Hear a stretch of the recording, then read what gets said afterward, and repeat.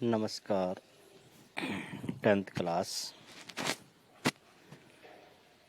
हमारा चैप्टर चल रहा है लोकतंत्र और विविधता।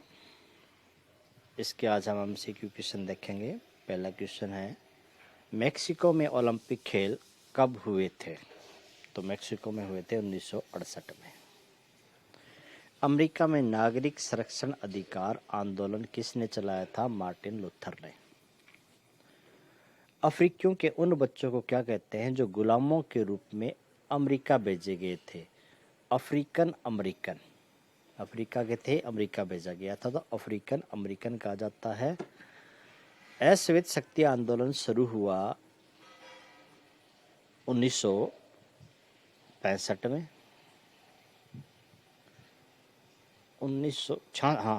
66 आई भाई, 1966 में शुरू हुआ था। 1968 के ओलंपिक मुकाबले 1968 वाला ऊपर पड़ा मेक्सिको में हुए थे। उत्तरी आयरलैंड में कितने फीसदी आबादी प्रोटेस्टेंट की है? 53% लोग उत्तरी आयरलैंड में प्रोटेस्टेंट हैं। नस्लवाद का निकृष्टतम रूप निम्नलिखित में कौन सा है? रंग-भेद। क्योंकि रंग-भेद नस्ल के आधार पर ही किया जाता है, श्वेत और अश्वेत का।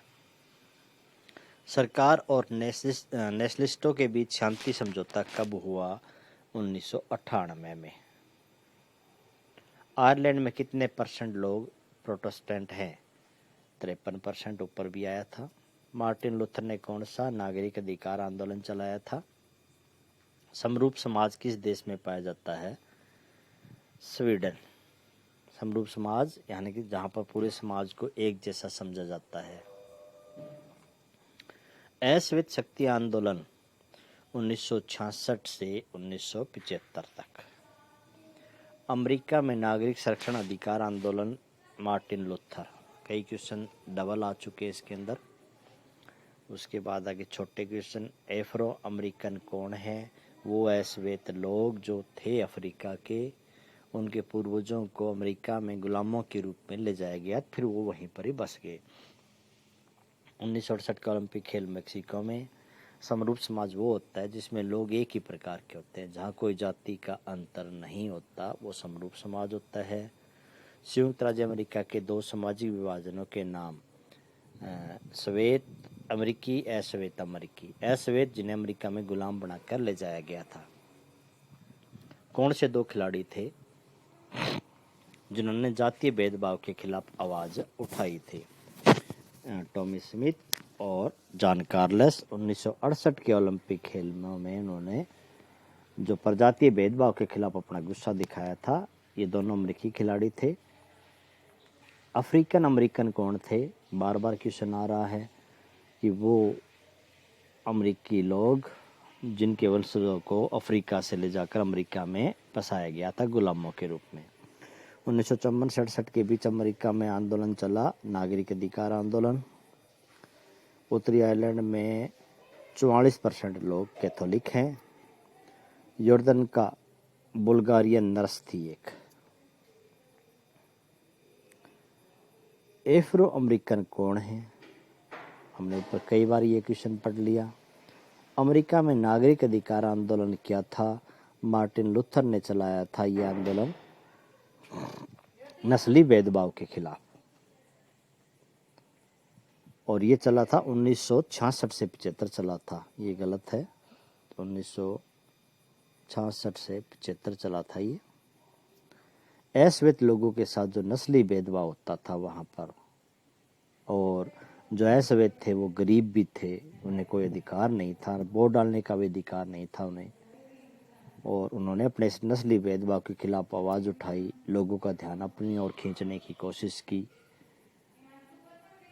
समरूप समाज, जिस समाज में एक ही प्रकार के लोग रहते हैं, कोई जाति अंतर नहीं होता, उसको हम समरूप समाज कहते हैं। धर्म, जाति, भाषा का कोई भेदभाव न हो।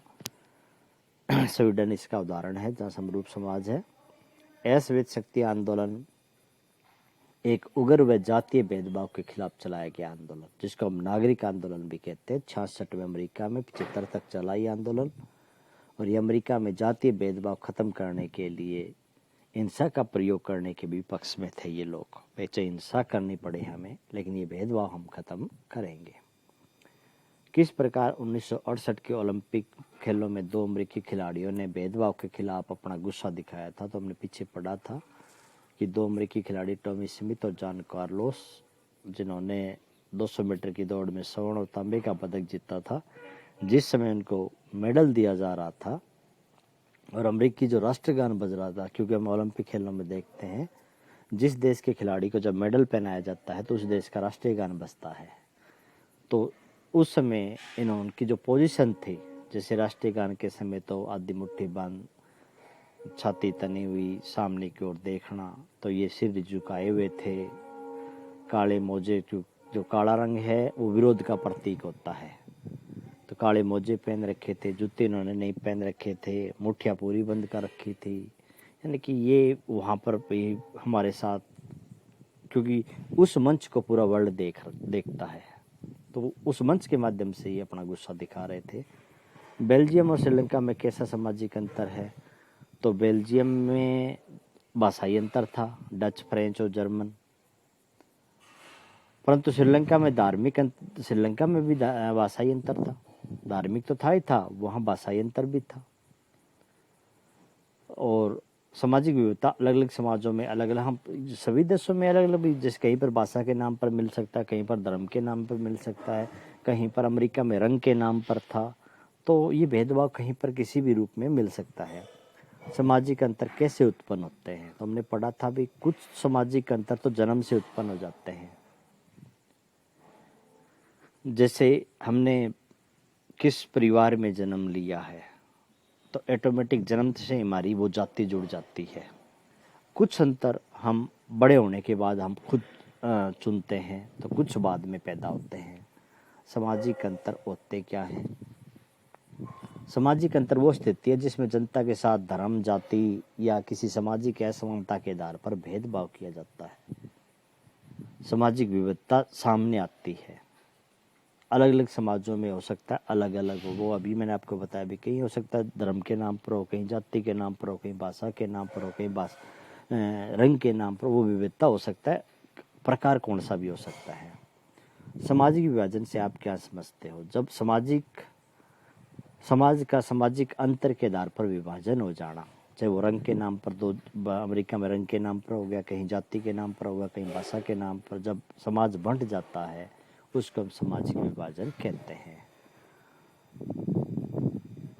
बस नो क्वेश्चन आप ये करोगे, एमसीक्यू करोगे, ये नो क्वेश्चन ये छोटे करोगे आप, और 13 जो एमसीक्यू हैं, ये 13 क्वेश्चन आप राइट करोगे।